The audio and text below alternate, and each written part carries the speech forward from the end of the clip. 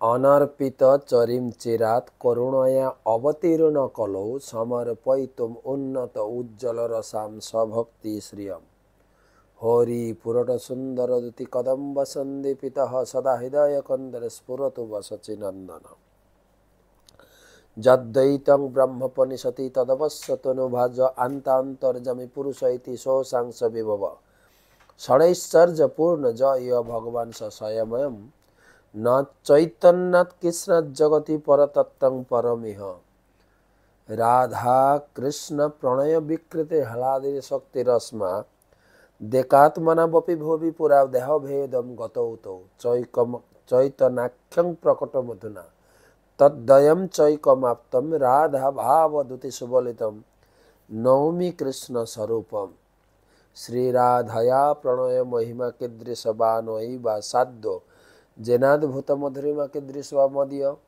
सौखाञ्जस्य मदनुभवत कीदृशं वेति लोभा तद्भावाढ्य समजनि सचिगर्भ सिन्धौ हरिन्दु।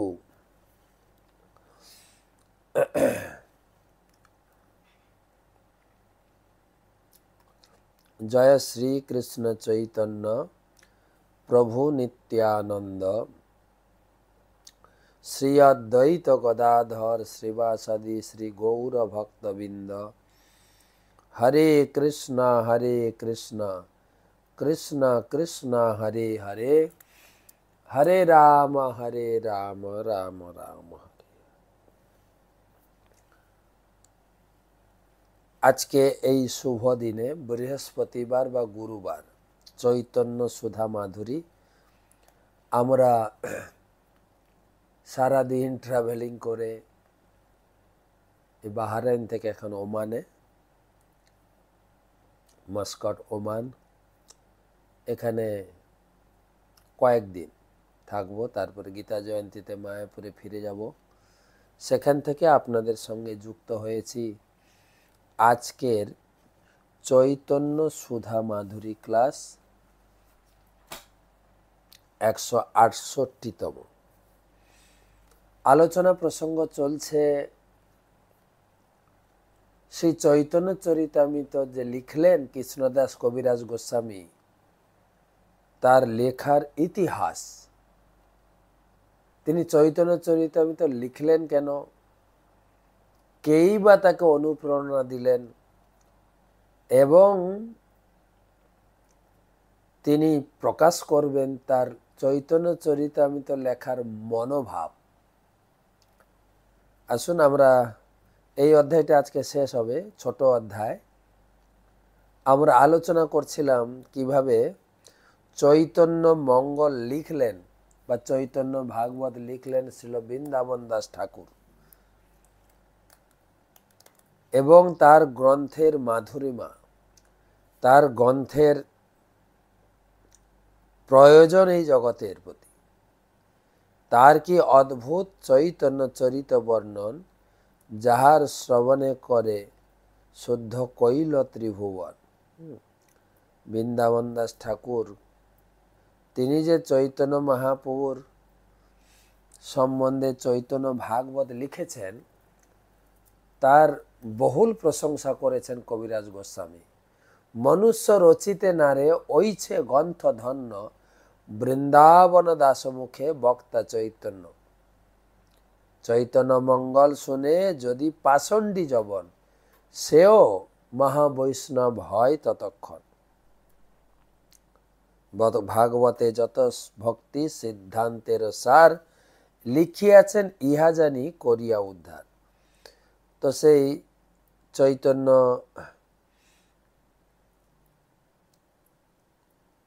বৃন্দাবন দাস কইল চৈতন্য মঙ্গল, তাহাতে চৈতন্য লীলা বর্ণিল সকল।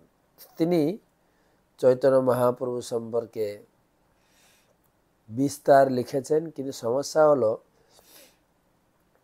বইটা লিখতে লিখতে অনেক বড় হয়ে যায়, তাই চৈতন্যের শেষ লীলা রহিল অবশেষ।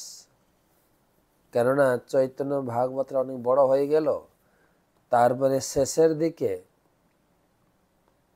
নিত্যানন্দ লীলা বর্ণনে হইল আবেশ, চৈতন্যের শেষ লীলা রহিল অবশ্য। তিনি নিত্যানন্দ প্রভুর ভক্ত ছিলেন, শিষ্য ছিলেন, তাই চৈতন্য লীলা বর্ণনা করতে করতে নিত্যানন্দ চরিতে প্রবেশ করে গেলেন। তাতেই গ্রন্থটা বড় হয়েছে দেখে ছেড়ে দিয়েছে। তাই চৈতন্য মহাপ্রভুর শেষ লীলা পূর্ণরূপে তিনি বর্ণনা করেননি। সেই সব লীলার শুনিতে বিবরণ বৃন্দাবনবাসী ভক্তের উৎকণ্ঠিত মন। বৃন্দাবনে কল্পদ্রুমে সুবর্ণ সদন, মহাযোগ পীঠে তাহা রত্ন সিংহাসন। সেই বৃন্দাবনে তিনি বিগ্রহগণের আশীর্বাদ কিভাবে পেলেন, বৈষ্ণবগণের কিভাবে আশীর্বাদ পেলেন, যার ফলে তিনি চৈতন্য চরিতামৃত রচনা করলেন, তারই আলোচনার আজকের এই শেষ অংশে। প্রথমে করি গুরুদেবের চরণে প্রণাম। নমঃ বিষ্ণুপাদায় কৃষ্ণপৃষ্ঠায় ভূতলে শ্রীমতে জয়পতাকা স্বামী নীতি নামিনে। নম আচার্যপাদায় নিতাই কৃপা প্রদায়িনে, গৌরকথা ধামদায় নগর। নমঃ বিষ্ণুপাদায় কৃষ্ণপৃষ্ঠায় ভূতলে শ্রীমতে ভক্তি বেদান্ত স্বামী নীতি নামিনে। নমস্তে সারস্বতে দেবে গৌরবাণী প্রচারিণে, নির্বিশেষ শূন্যবাদী পাশ্চাত্য দেশতারিণে। শ্রী শ্রী চৈতন্য চরিতামৃত মহাকাব্য অষ্টম পরিচ্ছেদের আজকের আলোচনা 50 শ্লোক থেকে পঞ্চতিতম। বৃন্দাবনে কল্পদ্রুমে সুবর্ণ সদন, মহাযোগ পীঠা তাহা রত্ন সিংহাসন। তাতে বসে আছে সদা ব্রজেন্দ্র নন্দন, শ্রী গোবিন্দ দেব নাম সাক্ষাৎ মদন। রাস সেবা হয় তাহা বিচিত্র প্রকার, দিব্য সামগ্রী দিব্য বস্ত্র অলঙ্কার। সহস্র সেবা করে অনুক্ষণ, সহস্র বদনে সেবা না যায় বর্ণন। সেবার অধ্যক্ষ শ্রী পণ্ডিত হরিদাস, তার যশগুণ সর্ব জগতে প্রকাশ। হরিদাস পণ্ডিত, তিনি ছিলেন অনন্ত আচার্যের শিষ্য, না গদাধর পণ্ডিতের শিষ্য অনন্ত আচার্য। অনন্ত আচার্যের শিষ্য হরিদাস পণ্ডিত। তিনি সুশীল সহিষ্ণু শান্ত বদান্য গম্ভীর, মধুর বচন মধুর চেষ্টা মহাধীর। সবার সম্মান কর্তা, করেন সবার হিত, কৌটিল্য মাৎসর্য হিংসা না জানে তার চিত। কৃষ্ণের যে সাধারণ সদ্গুণ 50, সেসব গুণের তাহা শরীরে নিবাস।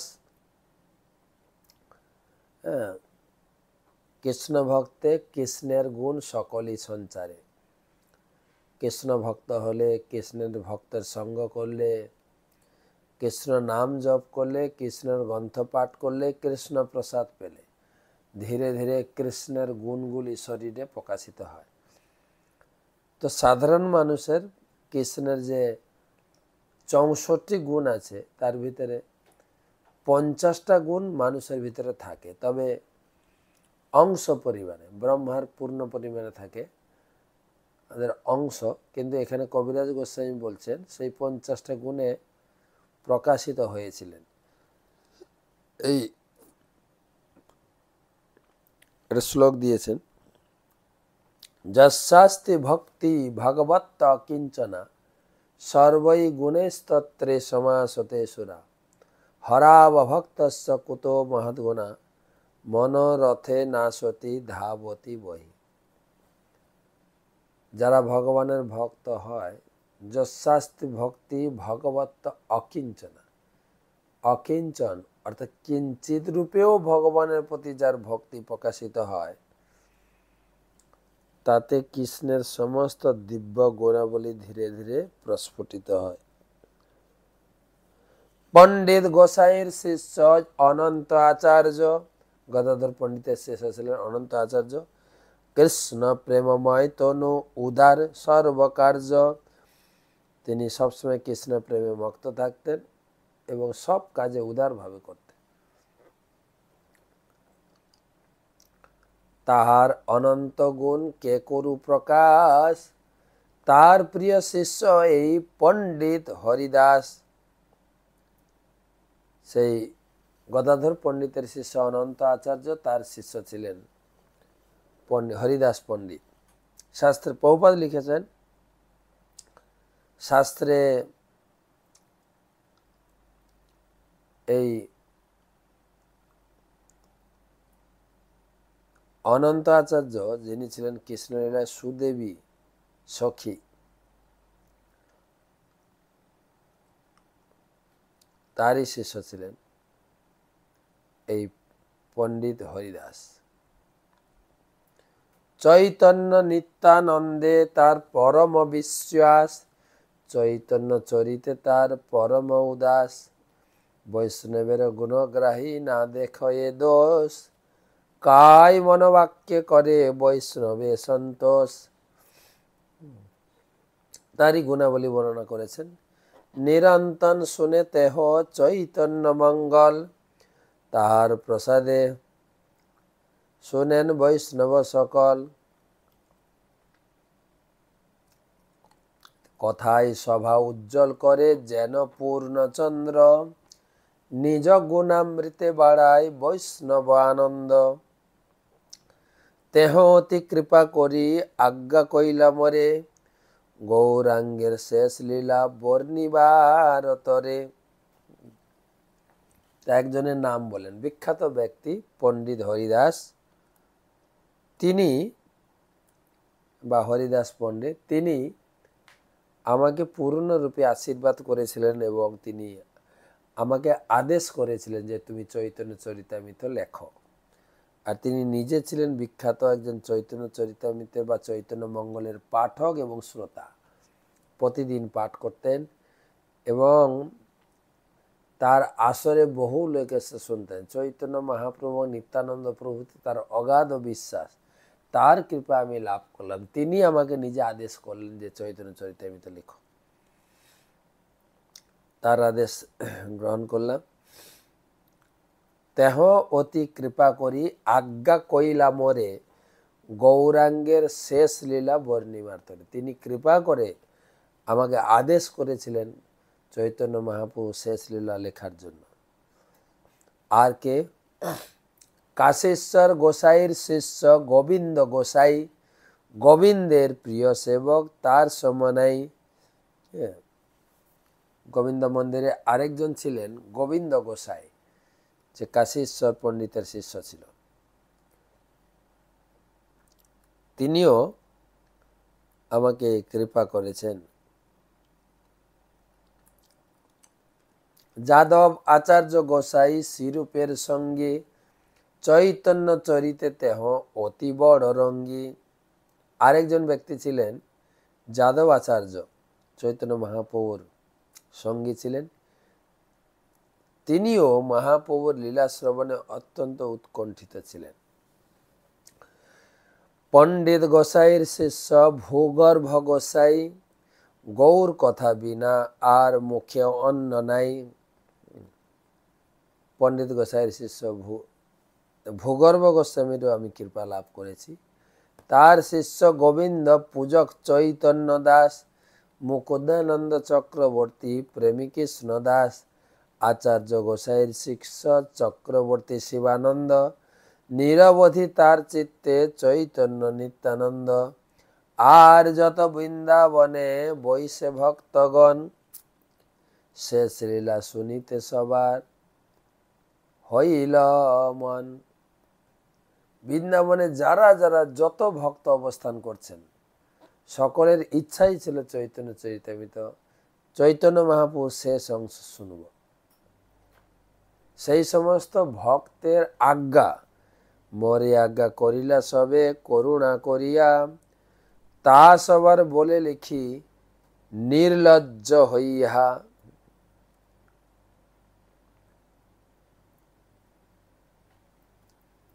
বহুপাদ লিখছেন, পরমেশ্বর ভগবানের অপ্রাকৃত লীলা বর্ণনা করা এত সোজা নয়।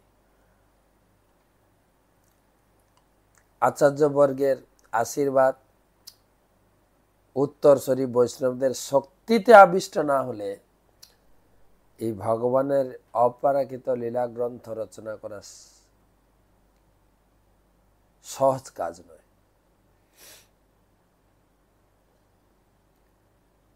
তো কবিদাস গোস্বামী সকলের কৃপা লাভ করেছিলেন এবং সকলের কাছে নোট সংগ্রহ করেছিলেন। আপনি মহাপ্রভু সম্বন্ধে কি জানেন বলুন? আপনি কি জানেন? আপনি কি জানেন? আপনি কি জানেন? এইভাবে সকলের কাছে গিয়ে প্রার্থনা করে তার আশীর্বাদ নিয়ে তিনি লিখছেন।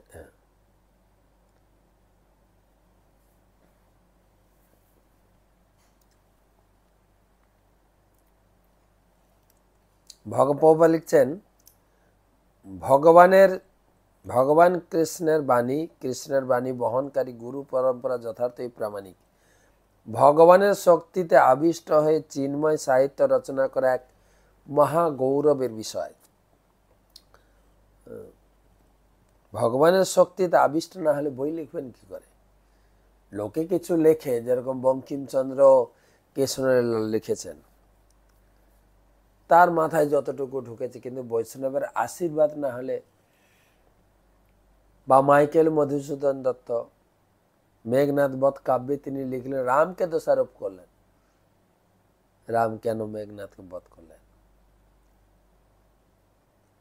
ভগবানের শক্তিতে আবিষ্ট না হলে, ভগবানের কৃপা না লাভ করলে অসম্ভব এটা লাভ করা। শিল প্রভুপাদও তার জীবনী বর্ণনাকালে তার প্রিয় শিষ্য ভবানন্দ প্রভু বলতেন, প্রভুপাদের জন্মদিন ব্যাস পূজা অনুষ্ঠানে তিনি বলতেন যে প্রভুপাদ যে বই লিখেছেন সংস্কৃত গ্রন্থ থেকে তিনি ধীরে ধীরে সরলীকৃত করেছেন, এটা কোনো সাধারণ কাজ ছিল না। বলে শিল প্রভুপাদ একবার আমাকে বললেন যে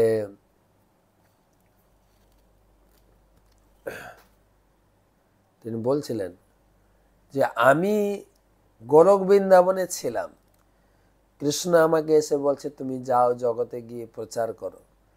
প্রভুপাদ বলেন আমি এই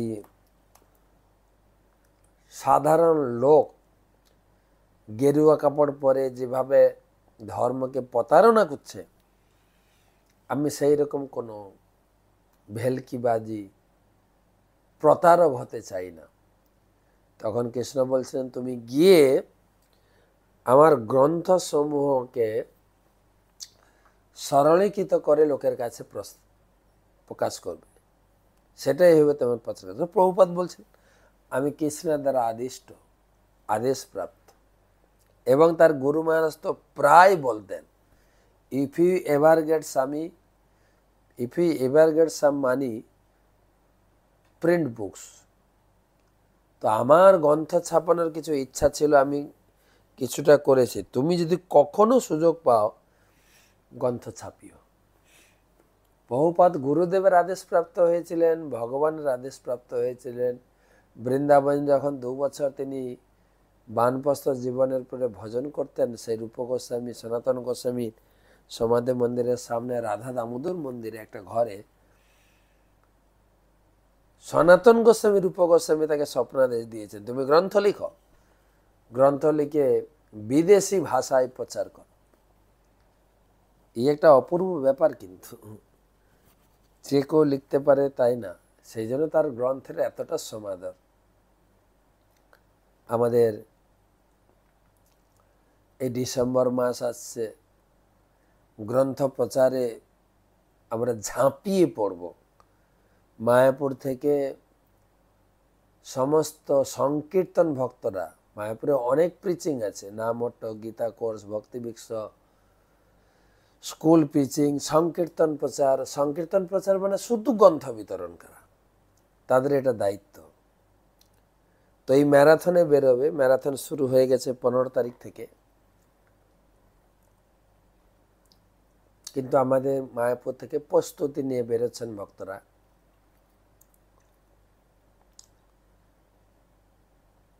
সে মায়াপুরবাসী সমস্ত ভক্ত এসে 21 তারিখ মায়াপুর টিভিতে চোখ রাখবেন। ঠিক সকাল 7:45 থেকে অনুষ্ঠান শুরু হবে। সকাল থেকে প্রথমে গো পূজা হবে, তারপরে নরসিংহ বিজয় যাত্রা যজ্ঞ হবে, তারপরে গুরু পূজা, তারপরে সমস্ত ভক্ত মায়াপুরে এসে জড়ো হবেন, তাদেরকে আশীর্বাদ করবেন, তোমরা যাও গ্রন্থ প্রচারে এগিয়ে চলো। এই সবার আশীর্বাদ না নিলে এটা করাও সম্ভব না, এটা অসম্ভব।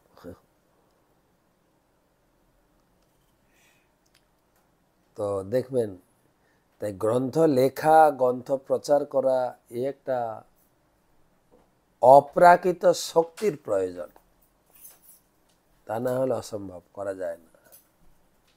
অপ্রাকৃত শক্তি যদি ভগবান কাউকে দিতে পারেন তবে। তো সেই কবিরাজ গোস্বামী তুলে ধরছেন, আমি এই চৈতন্য চরিতামৃত গ্রন্থ লেখার অনুপ্রেরণা, আশীর্বাদ, শক্তি কোথা থেকে পেলাম। তিনি বুঝাতে চাইছেন এই গ্রন্থটা সাধারণ গ্রন্থ নয়। বৈষ্ণবের আজ্ঞা পাইয়া চিন্তিত অন্তরে মদন গোপালে গেলাম আজ্ঞা মাগিবারে। যখন সমস্ত বৈষ্ণবগণ আমাকে আদেশ করলেন, তখন আমি ভগবানের কাছে গেলাম, মদন মোহনের কাছে। প্রভুপাদ লিখছেন, যিনি কৃষ্ণ সম্বন্ধে কিছু লিখবার প্রয়াস করেন, তাকে অবশ্যই সর্বপ্রথমে গুরু ও কৃষ্ণের আদেশ গ্রহণ করতে হবে। শ্রীকৃষ্ণ সকলের হৃদয়ে বিরাজমান এবং সেই গুরুদেব হচ্ছেন তার বহিরঙ্গ প্রকাশ। এইভাবে শ্রীকৃষ্ণ অন্তরে ও বাহিরে বিরাজমান। প্রথমে গভীর নিষ্ঠা সহকারে বিধিনিষেধগুলি পালন করতে হবে। প্রতিদিন 16 মালা জপ করতে হবে। হরে কৃষ্ণ মহামন্ত্র জপ করে শুদ্ধ ভক্তে পরিণত হতে হবে। তারপর যখন বৈষ্ণব স্তরে উন্নীত হওয়া যায়, তখন শ্রী গুরুদেবের আদেশ গ্রহণ করতে হবে এবং সেই আদেশ যেন অন্তরস্থিত শ্রীকৃষ্ণের দ্বারা অনুমোদিত হয়। তারপর অত্যন্ত নিষ্ঠাবান ও শুদ্ধ হলে পদ্যের আকারে অথবা গদ্যের আকারে সাহিত্য রচনা করা সম্ভব হতে পারে। গ্রন্থ লেখার জন্য কি কি যোগ্যতা লাগবে? দর্শন করি কইলু চরণ বন্দন, গোসাই দাস পূজারি করে চরণ সেবন। আমি মদন মোহন মন্দিরে গেলাম, প্রার্থনা করলাম, প্রভুর চরণে যদি আজ্ঞা মাগিল, প্রভু কণ্ঠ হতে মালা খসিয়া পড়িল, সেই বৈষ্ণব গণ হরি ধ্বনি দিল, গোসাই দাস আনি দিল মালা মোরে গলে দিল। যখনই আমি ভগবান মদন মোহনের সামনে দণ্ডবত প্রণাম করলাম এবং প্রার্থনা করলাম, সবাই চাইছেন চৈতন্য মহাপ্রভুর লীলা বর্ণনা করার জন্য চৈতন্য চরিতামৃত লেখা হোক। হে প্রভু, আপনি যদি কৃপা করে আমাকে আদেশ বা শক্তি প্রদান করেন তখন সম্ভব। এই প্রার্থনা করতেই মদন মোহনের গলার মালা খুশে নিচে পড়ে গেল। পূজারী বলেন, নিশ্চয়ই এ কোনো অসাধারণ ব্যক্তি কিছু প্রার্থনা করে বসেছে। আর তাকে চিনতেন কৃষ্ণদাস কবিরাজ। তো তখন সেই ভগবানের মালা এনে কবিরাজ গোস্বামীর গলায় পরিয়ে বললেন, প্রভুর আজ্ঞা হয়েছে, তুমি যা প্রার্থনা করেছ ভগবান অনুমোদন করেছেন, কাজে এগিয়ে চলো। এই হচ্ছে ভগবানের কৃপা, কৃপার অনুভব। কৃপা তো ভগবান সবাইকে করছেন, অনুভব করাটা। বৈষ্ণবগণ হরি হরি বললেন, আরে কবিরাজ গোস্বামী তুমি কি প্রার্থনা করলে, ভগবান অনুমোদন করলেন, তার গলার মালা খুলে তোমাকে দিয়েছেন আশীর্বাদ। হরি বল হরি বল হরি বল, সবাই আনন্দে উল্লসিত হয়ে হরিধ্বনি করছে। এই আজ্ঞামালা পাইয়া আমার হইল আনন্দ, তাহি করিল এই গ্রন্থের আরম্ভ। তাই ভগবানের প্রসাদী মালা, আজ্ঞা মালা পেয়ে আমার তো আনন্দ, আমি এবারে লিখব। গ্রন্থ আর লেখা আরম্ভ করল। সেই জন্য এই গ্রন্থ লেখায় মরে মদন মোহন, আমার লিখন যেন সুখের পঠন। এই গ্রন্থ আমি লিখছি না, যেরকম বৃন্দাবন দাস ঠাকুর মুখে বক্তা চৈতন্য, বৃন্দাবন দাস ঠাকুরের যে চৈতন্য ভাগবত গ্রন্থটি বৃন্দাবন দাস ঠাকুর লেখেননি, লিখেছেন চৈতন্য মহাপ্রভু স্বয়ং। এখানেও তিনি বলছেন আমার এই গ্রন্থ লেখায় মরে মদন মোহন, আমার লিখন যেন সুকরে পঠন। আমি কি লিখব, আসলে এই গ্রন্থ লিখেছেন মদন মোহন।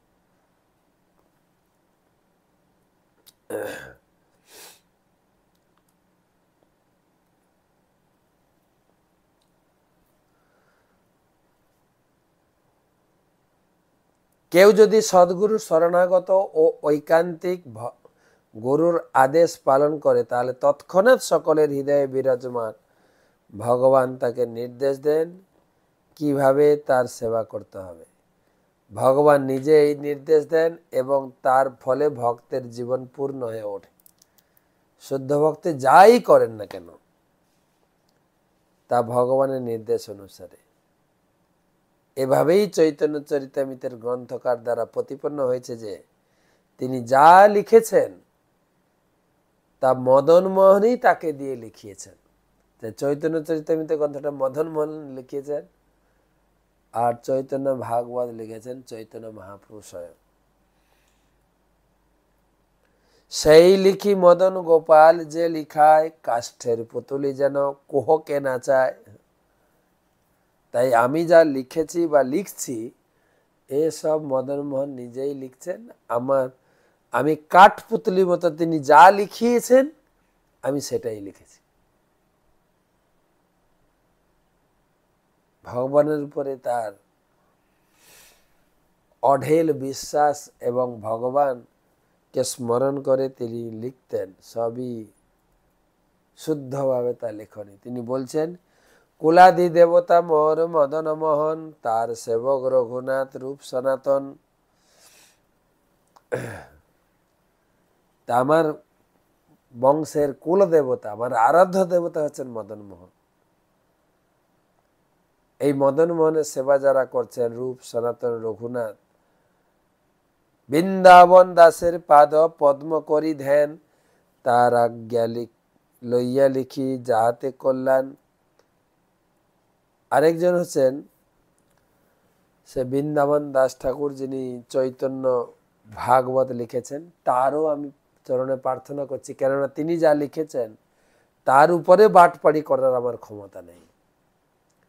তার উচ্ছিষ্ট রূপে তিনি যে যে অংশগুলো বাদ দিয়েছেন সেগুলো আমি লেখার চেষ্টা করছি, তিনি যেন আমার কোনো অপরাধ না নেন।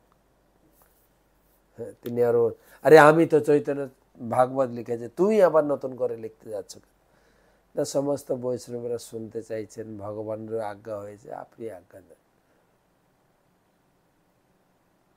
তো চৈতন্য লীলাতে ব্যাস বৃন্দাবন দাস, তার কৃপা বিনা অন্যে না হয় প্রকাশ। চৈতন্য চরিতামৃতে কি বলে, চৈতন্য ভাগবতের লেখা বৃন্দাবন দাস ঠাকুর, তার কৃপা বিনা চৈতন্য চরিতামৃত বা চৈতন্য মহাপ্রভু সম্বন্ধে কে লিখতে পারবে?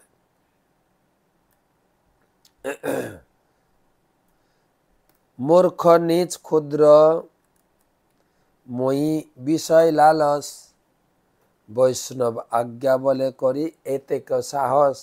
আমি একজন নিচ কুলভুক্ত একদম ছোট ভক্ত, আমার পক্ষে এই শাস্ত্র লেখা সম্ভব নয়, কিন্তু বৈষ্ণবদের আজ্ঞা হয়েছে, বৈষ্ণবরা আমাকে আদেশ করেছেন, মদন মোহন আমাকে কৃপা করেছেন, তাই বৃন্দাবন ঠাকুরের আশীর্বাদ চাইছেন, বৈষ্ণবের আজ্ঞা হয়েছে আমি যেন সেই চৈতন্য মহাপ্রভু লীলা লিখতে সক্ষম হয়, আর সাহস করছে লেখার। বলছেন কিন্তু যে বামন হয়ে চাঁদ ধরার মতো, আমার কোনো যোগ্যতা নেই যে লিখি চৈতন্য, কিন্তু বৈষ্ণবদের আজ্ঞা, মদন মোহনের আশীর্বাদ, বৃন্দাবন দাস ঠাকুরের চরণে প্রণাম, হ্যাঁ, সেখান থেকে একটু সাহস করছি যে আমি লিখতে পারবো। শিল রঘুনাথ চরণের এই বল, যার স্মিতে সিদ্ধ হয় বাঞ্ছিত সকল। তা আমি শিল রূপ গোস্বামী, রঘুনাথ দাস গোস্বামীর চরণে প্রার্থনা করছি, তারা যেন আমাকে আশীর্বাদ করেন, লিখা তো আশীর্বাদ করেন, তো আমি যেন কাজটাতে সফল হতে পারি। তো প্রত্যেকের আশীর্বাদ নিয়ে এই গ্রন্থ লেখা হয়েছে। পড়তে হবে এইভাবে, কিন্তু গুরুর আদেশ, লেখকের আশীর্বাদ, গুরু বৈষ্ণবের আশীর্বাদ, তাহলে বোঝা যাবে। কিন্তু কবিরাজ গোস্বামী নিজে আচরণ করে দেখাচ্ছেন। আমাদের গুরু পরম্পরাই হচ্ছে আমাদের শক্তি, আমাদের মহাজনরাই হচ্ছে আমাদের শক্তি। কৃষ্ণ সে তোমার কৃষ্ণ দিতে পারো, তোমার শক্তি আছে, আমি তো কাঙ্গাল, কৃষ্ণ কৃষ্ণ বলি ধাই তব পাছে পাছে। আপনার পিছনে ঘুরছি, আপনার পিছনে দৌড়াচ্ছি, প্লিজ কৃষ্ণ দেন, প্লিজ কৃষ্ণ সেবার শক্তি দেন, প্লিজ কৃষ্ণ সেবা করার সুযোগ প্রদান করুন, কৃষ্ণ নাম করার জন্য আশীর্বাদ লাভ করুন, তবে সম্ভব। রূপক শিল কবিরাজ গোস্বামী প্রত্যেকটি অধ্যায়ের শুরুতে এবং শেষে তিনি ষড় গোস্বামীর আশীর্বাদ কামনা করেছেন। শিরূপ রঘুনাথ পদে যারাস, চৈতন্য চরিতামৃত কহে কৃষ্ণ দাস। সবসময় রূপ গোস্বামী এবং রঘুনাথ দাস গোস্বামীর চরণে একদম আবিষ্ট হয়ে থাকতেন, তাদের আশীর্বাদ নিয়ে তিনি এই চৈতন্য চরিতামৃত মহাকাব্য রচনা শুরু করবেন। এটা ছিল এই অধ্যায়ের ভক্তি বেদান্ত তাৎপর্য। কিভাবে এই গ্রন্থে তিনি চৈতন্য চরিতামৃত লেখার ইতিহাস তিনি ব্যক্ত করলেন, যে চৈতন্য চরিতামৃত লেখাটা হয়েছে কেমন, আর এটা কোনো মন গড়া গ্রন্থ বা আমি লিখেছি সে অভিমান আমার নেই। ধারাবাহিকভাবে যদি আমরা পড়তে পারি তাহলে সম্ভব। তো মোটামুটি চৈতন্য চরিতামৃতের আদিলীলায় এই অষ্টম পরিচ্ছেদ, কিভাবে চৈতন্য চরিতামৃত লেখা হলো, চৈতন্য চরিতামৃত গ্রন্থটি এত গুরুত্বপূর্ণ কেন। শিল ভক্তি সিদ্ধান্ত সরস্বতী ঠাকুর বলেছেন, জগতে যদি কোনো ধর্মগ্রন্থ না থাকে, একটা চৈতন্য চরিতামৃত জগৎবাসীকে, পুরো ব্রহ্মাণ্ডকে উদ্ধার করতে পারে। ভাগবতের, বেদ পুরাণে যত যা সিদ্ধান্ত আছে, সব সিদ্ধান্ত তিনি এই গ্রন্থের ভিতরে দিয়ে গেছেন, চৈতন্য চরিতামৃত। এবং দেখা যায়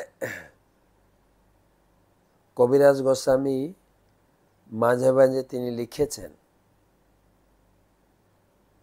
তিনি লিখলেন মাঝে মাঝে যে जाने बा ना जाने कहो, सुनीते सुनीते से हो, कि अद्भुत चैतन्य चरित, किसने उपजीवे प्रीति, जानिबे रसेर रीति, सुनिलेई बड़ हय।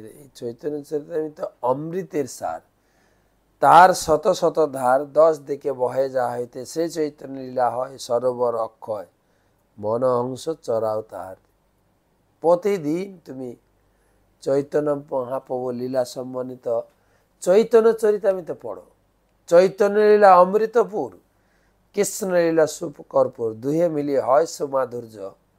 সাধু গুরু প্রসাদে তাহা যেই আস্বাদে, সেই জানে মাধুর্য প্রাচুর্য। এই চৈতন্য চরিতামৃতে ফ্লেভার, যে মূল রস আস্বাদন করার জন্য তুমি পান করো, পান করো, পান করো। কিন্তু তুমি যদি চৈতন্য চরিতামৃত না পড়ো, ভক্তি ধরে রাখতে পারবে না। সে লীলা অমৃত বিনে, খাই যদি অন্ন পানে, তবে ভক্তের দুর্বল জীবন, যার একবিন্দু পানে উৎফুল্লিত তনু মানে হাসে গায়ে করায় অর্থ। চৈতন্য চরিতামৃত যদি ডেলি না পাঠ করা হয়, তাহলে ভক্তিপথ থেকে পতনের সম্ভাবনা।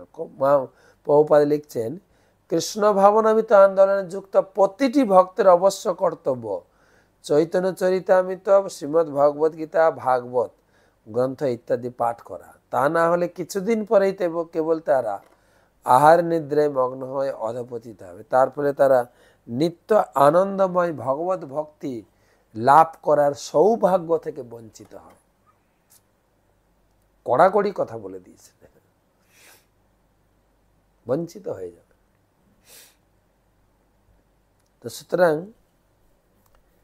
সেই জন্য আমরা 3টা গ্রন্থই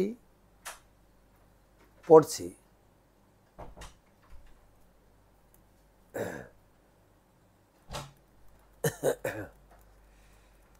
চৈতন্য চরিতামৃতে সম্বন্ধে আরেকটা জিনিস বলে,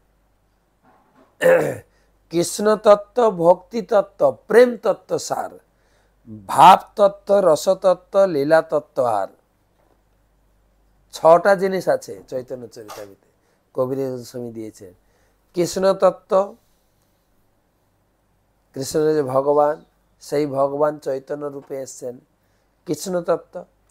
ভক্তি তত্ত্ব কিভাবে, যে 3টা গ্রন্থ, তো গীতা পড়ে জানবেন কৃষ্ণ ভগবান, ভাগবত পড়ে কি জানবো জানেন, বৃন্দাবনের কৃষ্ণই শ্রেষ্ঠ তত্ত্ব। আর চৈতন্য চরিতামৃতে জানবো সেই ব্রজের কৃষ্ণকে পেতে গেলে কি ভাব অবলম্বন করতে হবে। তাই ভক্তি তত্ত্ব, কৃষ্ণ তত্ত্ব, প্রেম তত্ত্ব সার, ভাব তত্ত্ব, রসতত্ত্ব, লীলা তত্ত্ব আর।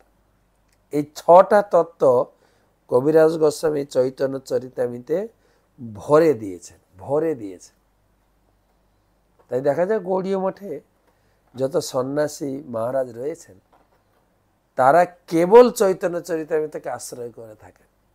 চৈতন্য চরিতামৃত পড়লেই কবিরাজ গোস্বামী সব সিদ্ধান্তকে জড়ো করে দিয়ে গেছেন। গীতার মেন শ্লোক, ভাগবতের মেন শ্লোক, বেদ পুরাণের মেন শ্লোক সব ভরেছেন এই চৈতন্য চরিতামৃতে। আমরা বাংলা ভাষাভাষী ভক্ত তো আনন্দে আটখানা। কেন? চৈতন্য চরিতামৃত বাংলায় লেখা হয়েছে, বাংলায়। অন্যান্য ভাষাভাষী ভক্তদের তো অনেক কঠিন। তাই কবিরাজ গোস্বামী তিনি হাত তুলে বলছেন, যেবা নাহি বুঝে কেহ, শুনিতে শুনিতে সেহ, কি অদ্ভুত চৈতন্য চরিত। যদি আপনি চৈতন্য মহাপ্রভু সম্বন্ধে কিছু না জানেন, কেবল চৈতন্য চরিতামৃত শুনুন, শুনিতে শুনিতে সেহ, কি অদ্ভুত চৈতন্য মহাপ্রভু এই জগতে কি দিয়ে গেছেন। কৃষ্ণে উপজীবে প্রীতি, জানিবে রসের রীতি, শুনিলেই বড় হয় হিত। এই চৈতন্য চরিতামৃত পড়লে কৃষ্ণের প্রতি ভক্তি তত্তর করে বাড়িবে এবং ভক্তির রস আস্বাদন করবে, ভক্তিতে আনন্দ আনন্দ আস্বাদন করবে, ভক্তির রস পাবে। তাই চৈতন্য চরিতামৃতর সংস্পর্শে এলেই বড় হয় হিত, হিত হবেই আপনার। চৈতন্য চৈতামিতা ঘরে রাখেন, চৈতন্য চৈতামিতা নিয়মিত পড়ুন, চৈতন্য চৈতামিতা নিয়মিত শুনুন, চৈতন্য চৈতামিতা পারলে পাশাপাশি কাউকে কিনতে উৎসাহিত করুন, দান করুন। কবিরাজ গোস্বামী তাই বলছেন, শুনেলেই বড় হয় হিত। এই চৈতন্য চৈতামিতা সংস্পর্শে এলেই আপনার হিত হিত হিত হবেই। তো আজকে এই পর্যন্ত রাখি, কালকে আবার ভাগবত পাঠে আসবো। শুভরাত্রি।